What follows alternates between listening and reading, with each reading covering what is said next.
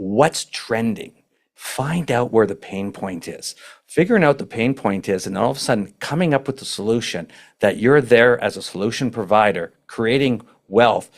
You can 10 times it any way that you want. Welcome to Unstoppable Podcast with Harry Sardinas, inspiring conversations with influential millionaires, investors, thought leaders, entrepreneurs who are making a massive difference with their innovative products and services, and sharing the challenges and wisdom of how they sold their first million. Let's talk about your businesses, because 1 out of 6 people that come to this broadcast on a stop of 5 step how to make your first million, they are property investors. They are somehow in the real estate space.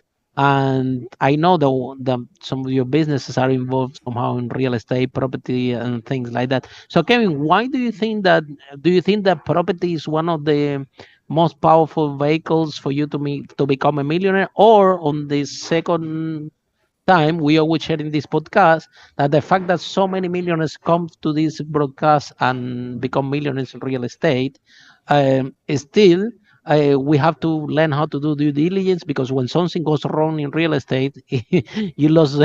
It's not small money what you lose. Yeah? When goes wrong in real estate, you're talking about 50,000, 100,000, $250,000, you name it. So, Kevin, what is the reality, or what? Because this question, because you're a serial entrepreneur, when you have different businesses, I had different businesses. I have restaurant, I have academies, school, property. So by now, you will know what some businesses require more operation than other ones. Some businesses require more skill sets than other ones. Some vehicles are more effective to reach you to a millionaire. The other one. What is your view, the reality of you about business and real estate? Can the people that listen to this podcast, that they are struggling, or they want to get to this point, the most difficult that you say, go to 0 to 1, use property as a vehicle? What are the pros and cons? So here's a pro. I have zero real estate. I'm in no real estate at all. Do I want to be in real estate? Who cares? You know what? It's just another vehicle. It's just, okay, I'm going to go to risk and reward. Some say, so when you use the term, okay, you got an extra zero in it, you just add a zero to it, right? So when you lose 50,000 or 100,000, to you, that's a lot of money. Somebody might be $100 or $200 could be a lot. And that's where that visualization about what does $1 million look like? The visualization, what does the first million look like? What does 100 million? So for you, when you deal with a 50 million, you go, oh my God, I got my I'm not going to say the word ass or handed to me. I got beat up on that. Yeah, you might have, but does it matter? Because the bottom line is you do the next one deal and you might get it. But that's where the lone wolf gets together. That's the one guy, he's going to go, it's hitting for home runs every single time. When all of a sudden, when we talk about entrepreneurs and the guys that are doing brick and mortar and going in there and they got to do their subcontractor trade, can they make this money? Of course you can. Now, how do you time yourself by 10? How do you ask yourself a better question? What does the market need? What does it bear? Now, let's take real estate right out of the question. And I see a lot of real estate, okay? A lot of people on podcasts, a lot of stuff, and they make 100 million, they do real estate. Then the next guy's going to go, and it's either real estate or realtors, okay? One of the two. They're all in there the same. Now, let's just pull those right out of the equation. Now, let's get through the mess. Now, let's talk about brick and mortar. What's happening in your environment? Now, you could be in Britain, you could be in Florida, you could be in Canada. What's trending? Now, is it labor? Is it components? Is it this? Is it food? Is it this? Find out where the pain point is. Figuring out the pain point is, and all of a sudden coming up with the solution that you're there as a solution provider, creating wealth. You can 10 times it any way that you want. Real estate, I find that real estate, the numbers go from 0 to $1 million right away. Great. If you've got lots of capital, all the power to you. But as an entrepreneur starting off, and all of a sudden you're a young guy, you haven't finished school. Okay, hypothetically, you're motivated, you're all that in a bag of chips. You're motivated, but you don't read. You're full of energy, full of ambition, yeah. Yeah, and you've got that power. The greatest gift that you have is right there is that commitment to actually do something. Now, do you want to go into real estate? Sure, go ahead. Do you want to learn that? Do you want to get into this? You need money. But you know what? What's wrong with the trade school? Okay, now take this one more step. Why not be a plumber? Why don't have 500 people? Why don't you have 2? All of a sudden, when you were talking about your cousin or had this, very good way to get into the industry, right? Right, and he said, oh, I'm so busy, I can't take any business on because I'm this. Well, wait a second. The question to ask is, that's great. I appreciate that. That's a great. I'm glad you're busy. You're going to work on the job site. Yes, because he's really good on the tools. Great, because his superpower is that he's great on the tools. Now he needs somebody to be hired that can take him and 10 times them. So what does that mean? Now, does that mean he has to raise his prices up? Because, okay, now let's do less work, more margin. Okay. Then all of a sudden, we create more wealth, or do what we do is we're right in that sweet zone. Now, what do we do? Do I open up another city? How do I bring the people in? Now, you create a school around that training, bring the right people that are motivated. Who are they? Do you buy out the little competitor that maybe has a 1 or 2 trucks and say, why don't we partner up? You take north and wherever that is, I'll take south. We'll buy here so we can have better buying power. Here's how we're going to do our marketing, branding, or whatever that positioning is, letters or emails, Twitter, whatever that storytelling is. Now, let's ask ourselves a better question. How can we make it 10? Next thing you know, you've all of a sudden doubled up. Now, because you doubled up, you're making money. Your investors are going to say, oh, no, you should get into real estate, buy this. Well, buy the building that you're going to go in. Take that, and that's going to be your retirement, because you're going to go in there, and that's the government's going to give you financing for that, or sorry, your banks will give you financing, and then you do that. Oh, but I need 4 or 5 or 6. No. Take it slow. Do it right. Because remember one thing. When the pile goes down, okay, and you've diversified everything with this financial guy, and you got a big business over here running. Guess what gets looked after first? Your business with the people. The finance around you, and you're running out of money and you don't have it and you have to do a cash call. Guess what? You got to sell this property, this car. You got to become liquid right away. Guess what? That investment you did here, yeah, you made some money. You got to go and put it back in your business. So why would you even bother over here in your business, like in the real estate side? Keep it over here, and 10 times your business in the brick and mortar, 10 times your business in the idea that you're having if you're doing hair salon, if you're doing window cleaning. Now people say, oh, window cleaning, how do I make money there? No, it's not about the one time that you're doing window cleaning. Why don't we sell one item and say, there's 10,000 windows out there. How can I do every one and set up crews? And then how do I take schools?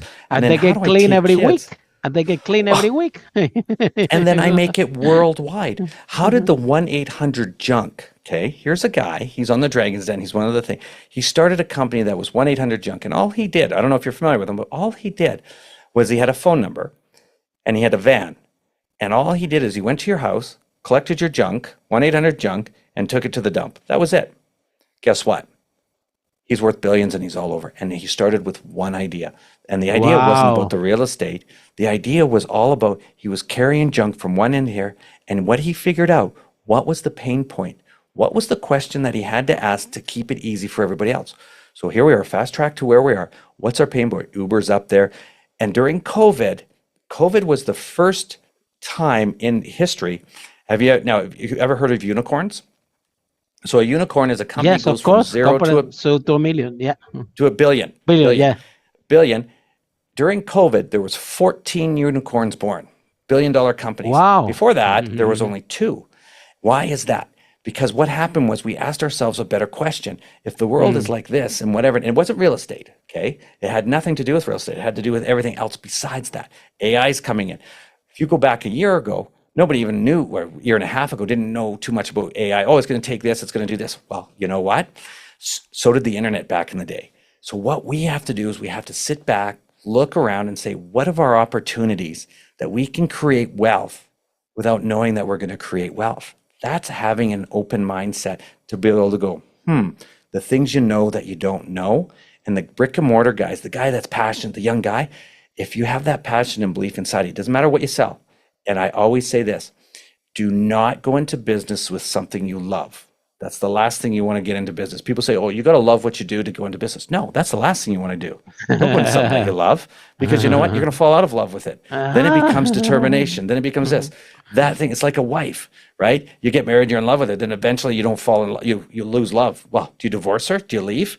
Well, a lot of people do. If you can stay with it, you'll create wealth. Just like a business. You're going to hate it. And you have to go through the good times and the bad times, and you do it. That's where it comes into it and say, well, I don't really like this. I'm in the railing business, spindle stairs railings. It's not sexy. It really isn't. But how do I make it sexy? How do I take something that nobody's done and create something that all of a sudden it becomes the wow factor? And that was the whole idea. It's like, what am I missing? Now we do whatever the storytelling is. We build kits. We do this all worldwide, and we do this, which is great. But everything that I did in all businesses that I created had to be done the same way, with the wow effect, with bringing in great people. Now, I would hire people. You'll love this story. Hire people, and this is where the hire fast, whatever they want to call hire fast, fire quick, hire long time, whatever. It makes no difference. Bottom line is when you hire somebody, you truly don't know what their gifts and abilities are. You hire them for a sales position. He's going to write on his resume, oh, I work for this, I'm all that in a bag of chips, whatever. But the difference is, it takes 3 months and you find out who they are. But the Until difference they is, start to perform, it's very difficult say to they predict don't. that. Yeah. Right, and you don't. And say they don't perform. Well, what that means is you didn't ask a better question. What are they really good at? All of a sudden you find out that this guy is a great IT guy. He worked over here, but you put him in a different thing and he interviewed for this. I hire guys, and this is why I'm able to start other businesses. I hire guys and all of a sudden they're telling me that they're really good at this. I said, you know what I'm going to do? I'm going to actually set up a company. Yeah, I'm going to build you a company. I'm going to actually take your idea. If I can sell one, because I can sell anything. If I can sell one, which is easy, cost, whatever that is, I'll meet and say, here's the idea. I sell one, I'll set your business up. I'll give you the business, you do it, we'll partner up, and then you do it. I'm not there to take the money. I'm not here to do this. But what I'm going to do is I'm going to show you what it takes to be an entrepreneur. I'm going to make you a subcontractor in this field, or if you're doing this, I want you to do this because that's what you're really good at. You're not good at this over here with me, right? But I'm not going to fire you and let you go. I see an opportunity that all of a sudden I could create another wealth opportunity. He's going to run it. He's going to go, oh my gosh, I can do this. He's going to run. And I get to sit back and watch the horses run. This guy's going to run here. And you know what? I win. He wins. And all of a sudden he's finally got to listen and hear what I had to say, vice versa. And he's going, thank you for taking the time to help me grow. You know how many people we wish to have a mentor and a coach when they started the business. You know how hard. Well, you know how hard it is when you don't have these role model, these friend. One of the reasons that we're doing this broadcast is exactly for that. So the entrepreneurs starting a business, they know that there are role models out there, that they know people that have experience that can make the path so easy and what we call it with less resistance. The other day in this podcast, one guy asked me, Harry, what is the fastest point from point A to B? And I said, what? The straight line? I told me, no, Harry, is the path with less resistance. Think about the rivers. So when you have a mentor, you have a coach, when you have someone that is good at this, of growing businesses, and you only need a good product person that is passionate as you, that meet your same values, and that's it. There you go. You have another wealth avenue. Kevin, I congratulate you for everything that you have done, for all your company successful that you have created, for what you represent, because those companies generate jobs, generate income for the family and for the society. And like I said, you have over 300 employees working for you. That's really, really very impressive. So, and for all of us listening the broadcast, see you in our next episode of Unstoppable, how brave entrepreneurs like Kevin break that wall and achieve the first million. Bye for now. Follow us for more interviews with world's most influential, audacious entrepreneurs that overcame challenges and adversity, providing you with the blueprint of how they sold their first million so you can grow your business exponentially.